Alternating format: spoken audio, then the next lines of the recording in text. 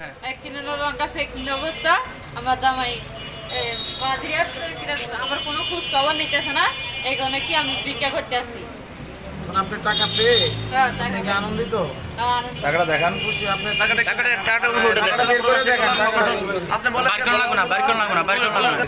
আপনি চিকিৎসা হবেন।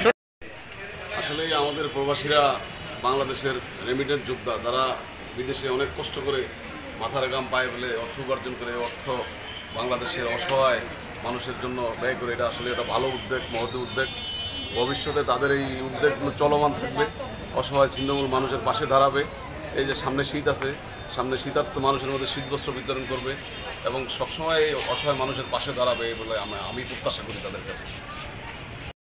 সংগঠনের পক্ষ থেকে আজকে অসহায় মহিলাদের প্রায় অনেক টাকা অনুদান দিল এবং বিগত দিনেও দেখছি ভোলা জেলা প্রবাসী কল্যাণ সমিতি বিভিন্ন শীতের বস্ত্র বিতরণ করে এবং বিভিন্ন জায়গায় অনুদান দেয়, অসহায় মানুষের পাশে দাঁড়ায়। এইভাবে ধারাবাহিকভাবে সবসময় ভোলা জেলা প্রবাসী কল্যাণ সমিতি আরও ভালো করে আরও মানুষের অধিকার আদায় করবে এবং অসহায় মানুষের পাশে থাকবে, এটাই আমি আশা করি। এবং চর পেশনের যারা প্রবাসী কল্যাণ সংগঠনের যারা আছেন, আপনারা আরও ধারাবাহিকভাবে অসহায় মানুষের পাশে দাঁড়াবেন, এই আশা ব্যক্ত করে ধন্যবাদ প্রবাসী কল্যাণ সমিতি সবাই।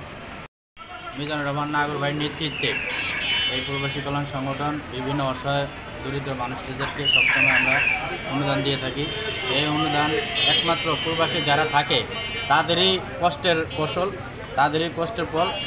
আপনারা সবাই আমাদের বাংলাদেশের প্রবাসী বিভিন্ন রাষ্ট্রে যারা থাকে তাদের জন্য দোয়া করবেন, যাতে তারা আরও এই সাহায্য সহযোগিতা করতে পারে, এই বলে আমি আমার সমস্যা রয়েছে। আমরা যারা প্রবাসী আছি, জানেন, আমরা অনেক সময় ফেসবুকে বিভিন্ন কিছু দেখি, সাধারণ মানুষ চিকিৎসা করতে পারে না, বিভিন্ন সমস্যা, অনেকের অসুখের বিভিন্ন রোগে জর্জরিত, অর্থাৎ ফ্যামিলির কারণে চিকিৎসা ঠিকমতো করতে পারে না। এখানে সবাই আমরা বন্ধুবান্ধব আছি, টুকটাক হেল্প করার জন্য সবসময় চেষ্টা করি। বিগত দিন দিয়ে আসছি, ইনশাল্লাহ সামনে আগামীতে ইনশাল্লাহ দেবো, আশা আছে। ইনশাল্লাহ আমরা সব ভাই বেড়াদার ইনশাল্লাহ এবং দারিদ্র্যমুক্ত দেশ গড়াই আমাদের লক্ষ্য। আমাদের সংগঠন ভোলা জেলা প্রবাসী কল্যাণ সংগঠনের সম্মানিত সভাপতি মিজানুর রহমান নাগরের নেতৃত্বে আমরা অনুদানের অগ্রগতি আমাদের অতীতে ছিল, বর্তমান আছে, ভবিষ্যতে ইনশাল্লাহ আমাদের থাকবে।